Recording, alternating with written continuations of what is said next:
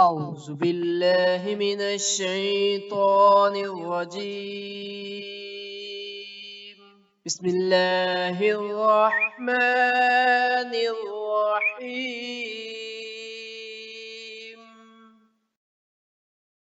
السلام علیکم ناظرین، ایک اور بہت ہی دلچسپ اور سبق آموز کہانی کے ساتھ حاضر ہیں۔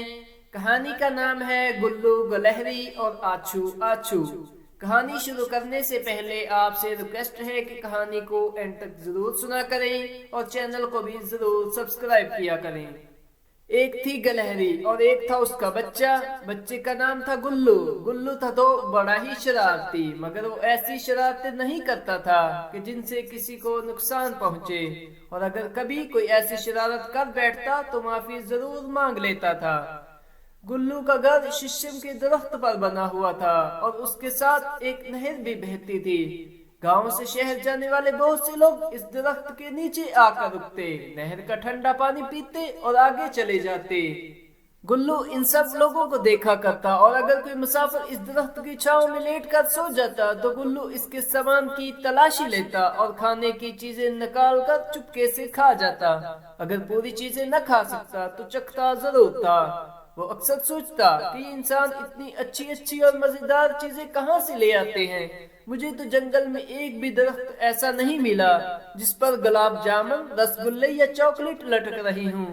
مگر اسے کیا معلوم تھا کہ یہ نعمت تو اللہ میاں نے صرف انسانوں ہی کو دی ہے کہ وہ گھر پر مزے مزے کی چیزیں بنا کر کھا سکیں۔ نہر کے پل سے گزرنے والے چند لوگ تو ایسے تھے کہ گلو ہر روز ان کو دیکھا کرتا۔ ان میں ایک اماں مالن تھی جو باغ سے پھول چن کر شہر بیچنے جاتی تھی۔ پھولوں کی بینی بینی خوشبو گلو کو بہت پسند تھی۔ دوسرا بابا دارا تھا جو شہد سبزی بیچنے جاتا تھا اور واپسی پر ششم کے درخت کے نیچے بیٹھ کر چند منٹ آرام کرتا تھا۔ تیسرا اختر گوالا تھا جو دودھ لے کر شہر جاتا تھا۔ کبھی کبھار گلو اور اس کے ساتھ شرطیں لگا کر اختر کی سائیکل کے آگے سے گزرنے کا مقابلہ کیا کرتے تھے۔ ایک روز گلو اپنے دوستوں کے ساتھ درخت پر پکڑم پکڑائی کھیل رہا تھا کہ اس کی نظر شہر سے آنے والے راستے پر پڑی۔ ایک آدمی سائیکل کے پیچھے ایک بڑا سا ڈبہ رکھے آ رہا تھا۔ گلو اور اس کے ساتھی کھیل چھوڑ کر اس آدمی کو دیکھنے لگے، کیونکہ انہوں نے اس آدمی کو پہلے کبھی اس راستے پر نہیں دیکھا تھا۔ وہ آدمی آہستہ آہستہ سائیکل چلاتا ہوا شہر سے آ رہا تھا۔ یہ کون ہو سکتا ہے؟ گلو نے سوچتے ہوئے کہا۔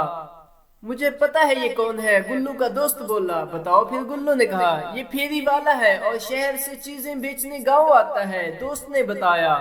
مگر تمہیں کیسے معلوم ہے؟ گلو نے پوچھا۔ دوست نے کہا، مجھے پتا ہے کیونکہ اس کی سائیکل پر جو بڑا سا ڈبہ رکھا ہوا ہے اس میں طرح طرح کی چیزیں ہوتی ہیں۔ کل اس کے ڈبے سے ایک مونگ پھلی گری تھی جو میں نے چکی تھی، بڑی مزیدار تھی۔ اچھا، اس کے ڈبے میں کھانے کی چیزیں ہوتی ہیں؟ آج پھر تلاشی لیں گے اس کی، گلو نے خوش ہو کر کہا۔ سخت گرمی کا موسم تھا۔ نہر پر پہنچ کر اس آدمی نے اپنی سائیکل ششم کے درخت کے ساتھ کھڑی کر دی اور خود نہر پر پانی پینے چلا گیا۔ گلو تو پہلے ہی موقع کی تلاش میں تھا۔ وہ فوراً ایک شاخ سے دوسری شاخ پر ہوتا ہوا نیچے کو دوڑا۔ اس کے دوست ذرا ڈرپوک تھے، وہ اوپر ہی بیٹھے رہے۔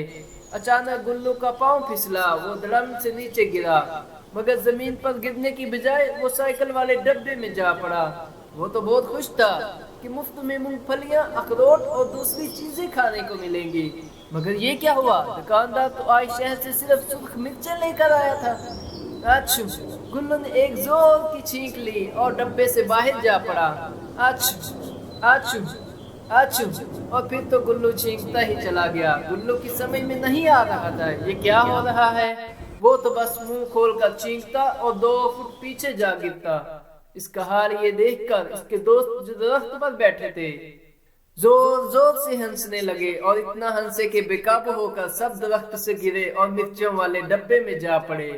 گلو کی طرح اب تو سڑک پر ہر طرف آچو آچو ہی ہو رہی تھی۔ 7 گلہریاں سڑک پر چھینکیں مار رہی تھی۔ پھیری والا جب پانی پی کر واپس آیا تو اتنی ساری گلہریوں کو چھینکتے دیکھ کر ہنسنے لگا۔ اسے گلہریوں کا یہ تماشا بہت دلچسپ لگ رہا تھا۔ ہنس ہنس کر اس کے پیٹ میں درد ہونے لگا۔